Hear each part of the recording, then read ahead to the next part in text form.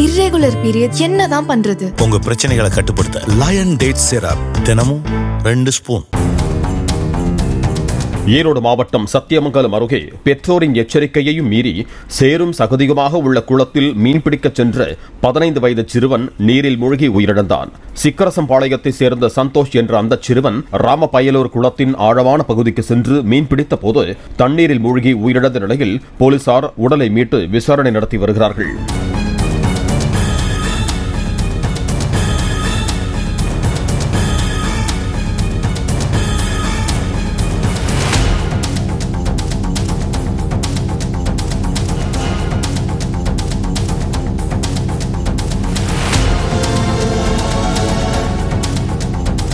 Irregular period என்னதான் பண்றது? உங்க பிரச்சனைகளை கட்டுப்படுத்த லயன் டேட் சிரப் தினமும் 2 ஸ்பூன்.